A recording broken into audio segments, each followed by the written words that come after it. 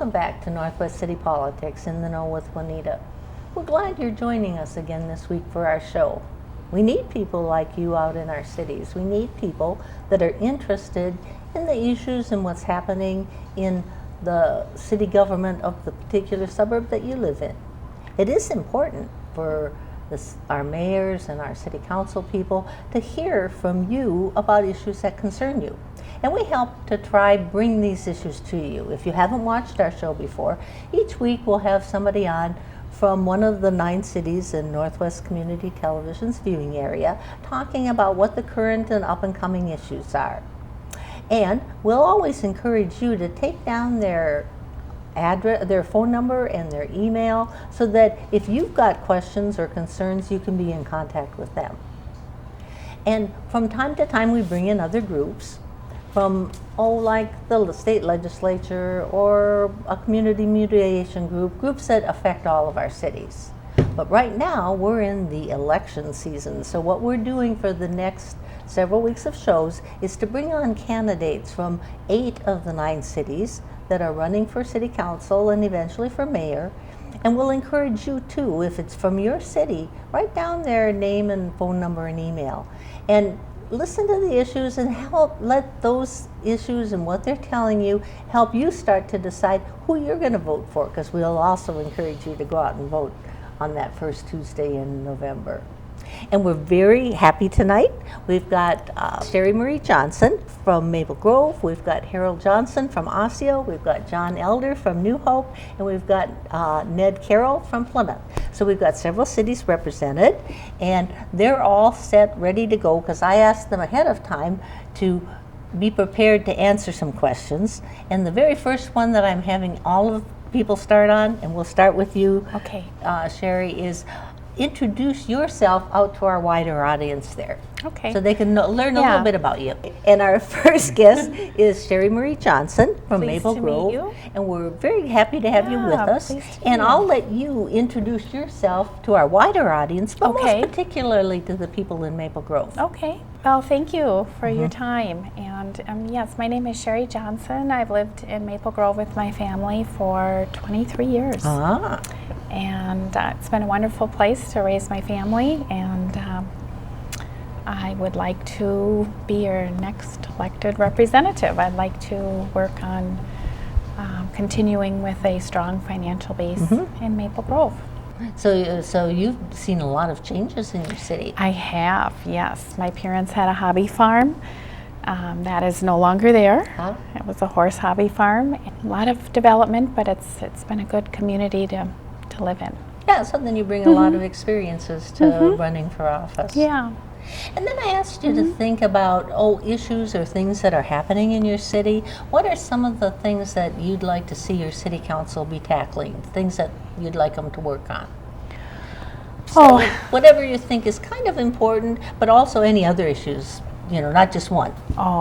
There's many issues. Okay. Right now, the city will be working on the infrastructure completion with the bridge and the interchange. And that's near completion, but they need to work on that. And with the 610 one? Yes, that's near completion. Ah. So that's one of the biggest issues. And Maple Grove has a strong transit system. Many cities are envious of our strong transit, and I like that. I'm especially interested in a pedestrian-friendly community. Okay. My special interest is public safety. Uh-huh. But if I was elected to city council, I don't think I could have a say in reducing speed limits. But you would. Yeah, that would be my special interest. So, what would you like to see happen in transportation outside of how fast people are driving? Well, we're going to have to continue to maintain our Maple Grove transit. Okay. And it's nice to have sidewalks for pedestrian safety. Yeah, I think a while back you went past your millionth customer, right? Yeah. No, in your bus system. Yeah. I remember hearing that. Yeah, I'm not sure about all the details. Okay. Yeah. So it's a good system. And then any other issues that you hear people talking about as you're contacting or talking to people about your run for city council? Well, most people are happy living in Maple Grove. Okay. And it's a good, strong school system, and our property values seem to be stabilized. And Maple Grove has a AAA bond rating. Oh, I believe. that's important. And yes, it is. It's only a few cities have that, and so we're able to keep costs down with that. And then you're just starting on a greenway, right? A greenway? Isn't it Maple Grove that's starting like a trail to go through the city? Oh, there's many greenways in Maple Grove, and they're very beautiful. They go around Rice Lake and Weaver Lake, and they connect to all the other Hennepin parks, and it's just beautiful. And I am interested in water quality and wildlife preservation, and I myself like to cross-country ski on the trails and bike ride with my family. And what cities are in Maple Grove? I mean, what lakes are in Maple Grove? well, we have Fish Lake nearby and Eagle Lake. That's over by the golfing area, and then there's Weaver Lake, Rice Lake, and those are all very close, very pretty. There's a lot of concern nowadays about the quality of water and what cities can do and what individuals can do. Yeah, there's quite a few community groups and neighborhoods that are working with water quality. Persons living on the lakes are concerned about their pesticide use or lawn use, and it seems to be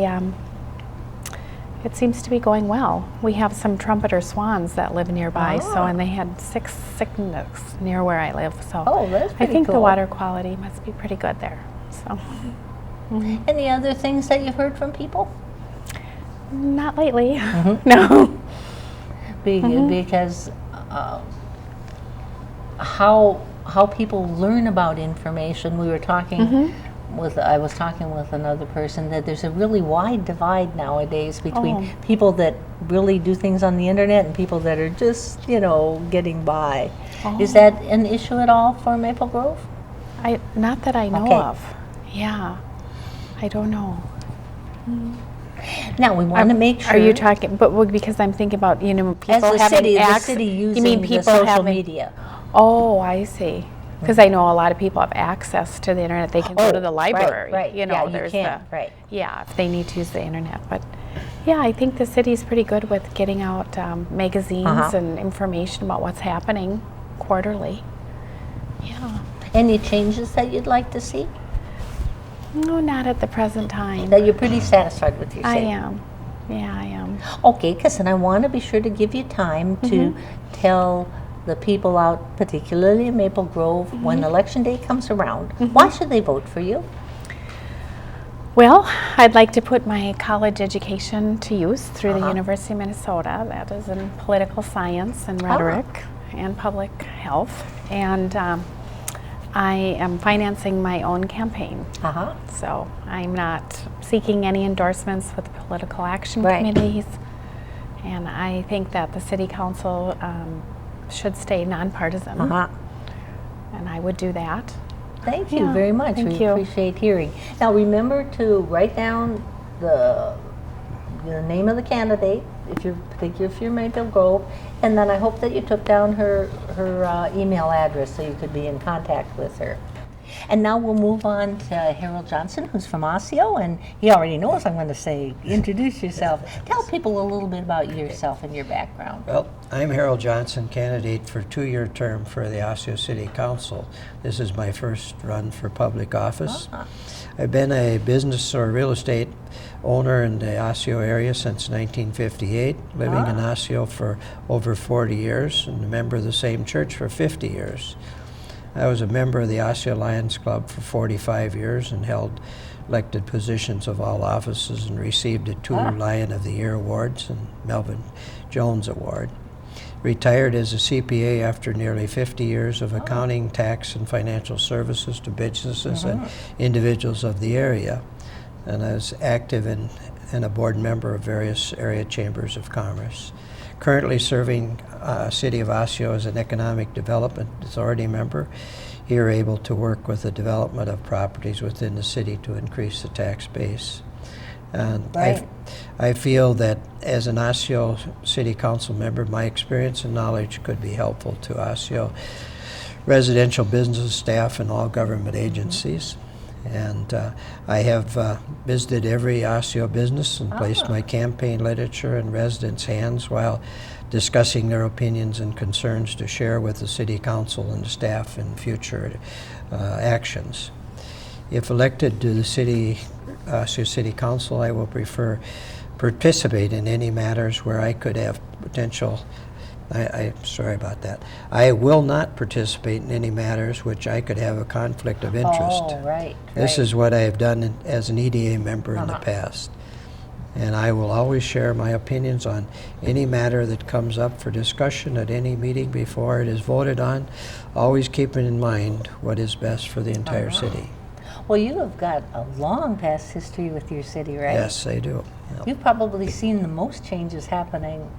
Oh, yes. Anybody sitting around our table tonight? Right, yes, I sure have. And I have enjoyed every bit of it. And I've seen good and bad things happen, and I hope to be able to bring some more good things to the city. And now I asked you to think about some issues, or an important issue that you're concerned about. And so if you can describe the issue and then a little bit about what you'd like to see happen. Well, one item that needs action even before the new council is seated in January is the snow emergency policy. And this policy needs to be reviewed before the first snow falls this winter. What was put into effect this past season was unclear, which resulted in problems with police enforcement and citizens understanding it. Towing company operating hours not being convenient for the picking up of vehicles, and the city will need to provide plowed areas of off-street parking before snow emergencies comes into effect, with 5 Central Project residents needing on-street parking and the Osseo Commons losing some of their off-street parking because of the 5 Central Phase 2 construction. Additional vehicles are going to be affected by the snow emergencies that were not involved in the prior year. Those living along the east side of First Avenue Northeast now as a sidewalk of concern after the construction that's currently under being taken care of will also be losing parking spaces for on-street parking. Yeah, we could, who knows what the next winter will bring, but we certainly had a lot last winter. That's correct, and we had a big problem with that. Were there any other issues you want to touch on? Well, one thing is that we have to do is we have to make an attempt with MnDOT to improve the signage of the highway entrance off of 169 to Osseo. This has a big concern, and it's very affecting our businesses and also for people just trying to find various churches and things like that in Osseo when they're coming from out of town. And the sign that we have up there is not something that's easy to understand. I agree. When you're supposed to be in the right lane to make a left lane to make a right turn and so forth. So that is a difficult thing. Okay, now I'd like you to take a little time to tell people in Osseo why should they vote for you when November rolls around. I think that I'm going to bring experience as far as accounting and finance and the tax area, which is currently lacking, I think, in both the council and the staff. And I also bring a relationship with the business people and the residents because of my long-term activity and living in the Osseo and knowing the people and so forth. So I think that this is going to be a help not only to the council but also to the staff as well. Thank you. And now we'll move on to John Elder, who will introduce himself to all our audience, but aim himself at New Hope, right? Yeah. Juanita, thank you for having us on. You're welcome. My name is John Elder. My background is that I've lived in New Hope for over 26 years. My wife and I have raised our 3 children, now adult children, in New Hope. And I was very active as a parent and as a citizen. I was a Cub Master. I was a soccer coach for 3 different organizations. I was a New Hope police officer and detective. I was a DARE officer, a public information officer, a public education officer, and was active and still am active in our local church. I've been on council since 2008, and since then, I've been a very active councilman as well. I'm a member of the board of directors for the West Metro Fire Rescue District. I am the city's commissioner for the Bassett Creek Watershed Management District. I'm one of the founding board members for the New Hope Community Farmers Market, and I still sit on that board today. I'm on the board of directors for the Seven Dreams Educational Foundation for the school district, and I'm on the Government Advisory Council for District 281. You're keeping busy, right? Yes, yeah, I've been very blessed to be able to do Right. the things I've been able to do. And the next question, of course, is on an issue that's important to you, and then it's some additional ones if you have them, You bet. that you think is important for the voters to know. You bet. Right now, the city of New Hope has several large issues facing it, including redevelopment, public safety, infrastructure improvements, park and rec facilities, and maintaining our financial stability. Right now, the big news in New Hope is Hy-Vee. Right. Hy-Vee will start building in October after the farmers market ends, and that is going to be our first step towards revitalizing the entire city center area. As we put Hy-Vee in, we're looking at doing additional properties along 42nd Right. and along Winnetka, and we're very excited about what that will bring. Compass Point is currently under construction. That'll bring a nice blend of workforce housing to the northeast corner of the city.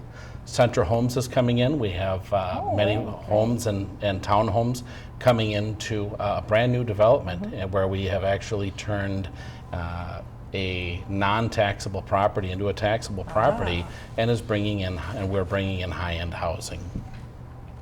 The gates of New Hope is on the complete opposite side of Compass Point. It's on the southwest corner, and that will provide additional rental opportunities.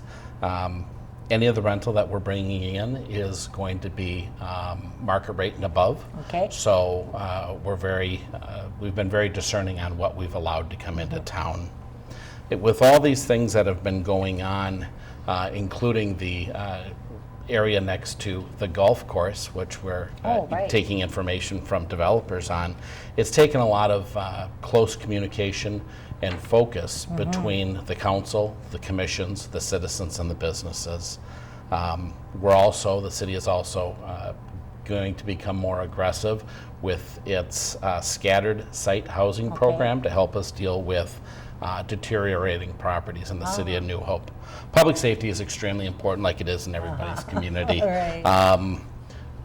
Most importantly, to allow our officers, whether police or fire, to be able to train and be the best staff that they can be for the department and then for the citizens. West Metro Fire District is now on stable ground again, very thankfully, and we have made great strides, and both cities are working very well together. And we've implemented a CERT team, a Citizens Emergency Response team, with members of the community to help respond to major incidents. Infrastructure improvements, one of the things that we're doing is we're modifying our pavement improvement plan. We're doing less full reconstructions because we found that wasn't necessary. We're doing more mill and overlays, and we're able to cover a whole lot more area than previously. Our New Hope has been very proud of their roads for a long time. We're also reanalyzing the need to look at our water mains or to redo our water mains. We don't need to redo them as often as we are, and so we're finding some real savings there. The noise wall will be going up on the east side of 169 in 2016. We've worked with MnDOT and worked through that. Quiet zone's gone in on Boone and 50th at the railroad tracks. That is saving the people from having to hear 9 to 11 horns every single night. We're working on a quiet zone for 50th and Winnetka, that railroad crossing. Now, I'm going to stop you there Yes. because I want to leave you with enough time to tell people in New Hope why they should vote for you. Well, I'm a known commodity. Okay. Okay, I've been here for some time. Right. I've proven to be a true public servant. I'm accessible, honest. I'm committed and hardworking. I've brought business to town, and I've kept businesses here in town. I'm responsive, and these are the reasons why I'm asking for people's votes in November. Thank you very much. You bet. Now we'll move on to Ned Carroll from Plymouth. And I don't remember which district you're in? This is at large. At large, okay. Yep. That's why I didn't remember a district, right? That's right. And so I'll let you introduce yourself out Okay. to our wider audience, Okay. but point yourself at Plymouth. Thank you. Well, as you know, we have a seven-member council. Right. And so there's a mayor, and then there's 4 wards, each of which has a council person, and then there's 2 at large. One of the at-large positions is up, and that's what I'm running for. The other one, Jim Willis holds, and that right, was up 2 right. years ago.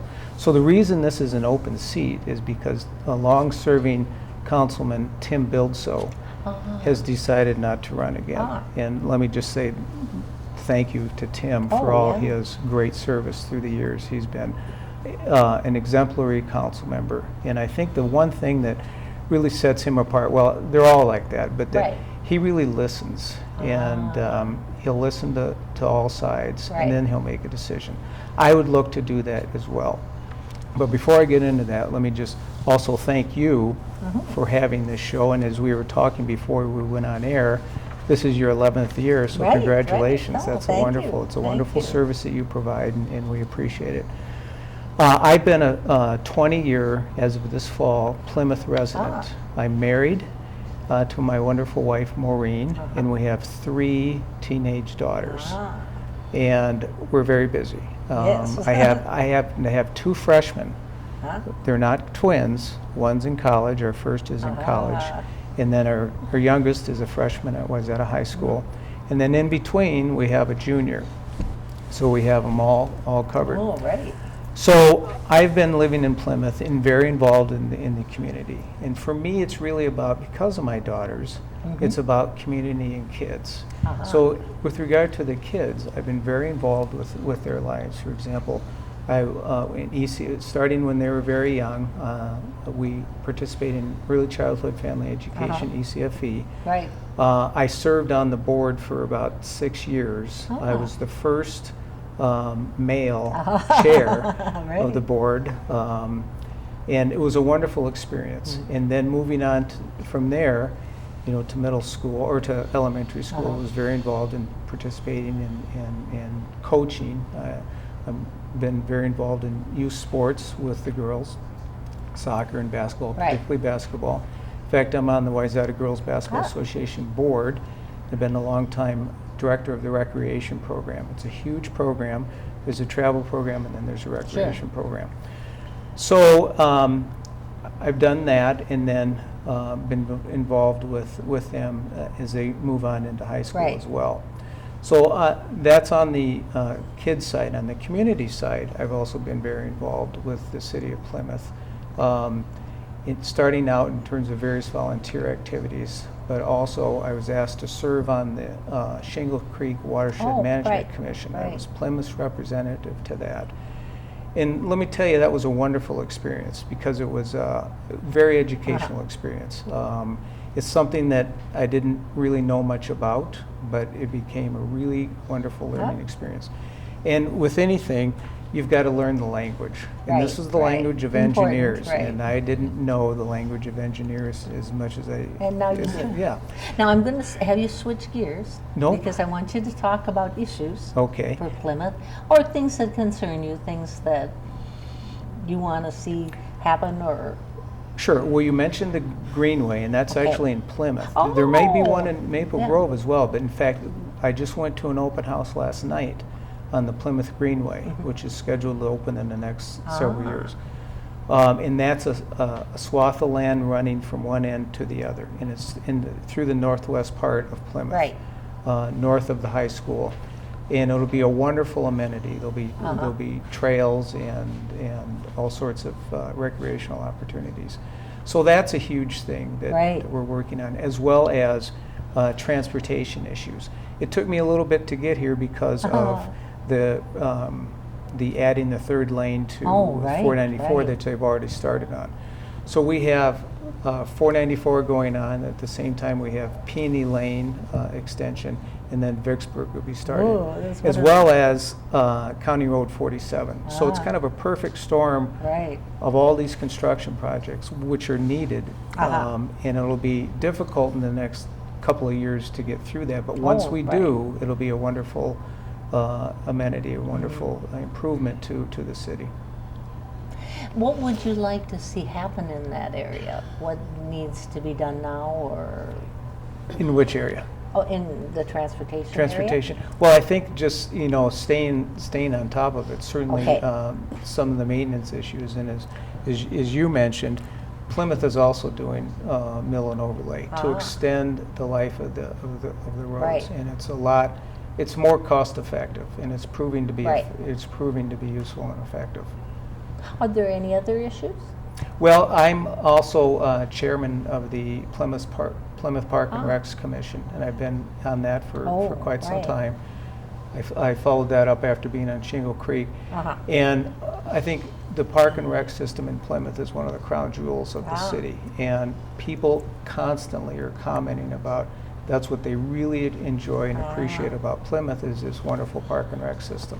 So being involved on the commission has allowed me a first-hand opportunity to get to know it, and also, importantly, the staff who run it, as well as some of the other city Right. staff. And then I want to give you some time to tell the people out in Plymouth, all of them, right, since you're at large, why they should vote for you. Well, I think why they should vote for me is I have the leadership that counts, and the experience that matters. I did mention that I'm a senior assistant Hennepin County attorney. Previously, I was in private practice, so I have a private sector experience along with the public sector experience. Right. Given my education and training, I think that I'm ideally suited to serve on the council. Also, I would bring a different orientation to the council in that we have a lot of business representatives. I would be the only attorney on the council, and I think that would be an important addition. Right. Just in terms of a diversity of viewpoint and experience. Sure. Well, I want to thank all of you for sharing your thoughts and your ideas and your time with our audience out there. And then I want to tell our audience to be sure to take time to learn about the people running for your city council. The city council is the part of government that makes the decisions that probably affect you more directly than any other, and sometimes it doesn't get as much attention when elections are going. So we hope that our program here will stimulate you to think about, well, what kind of characteristics do I want in my city council person?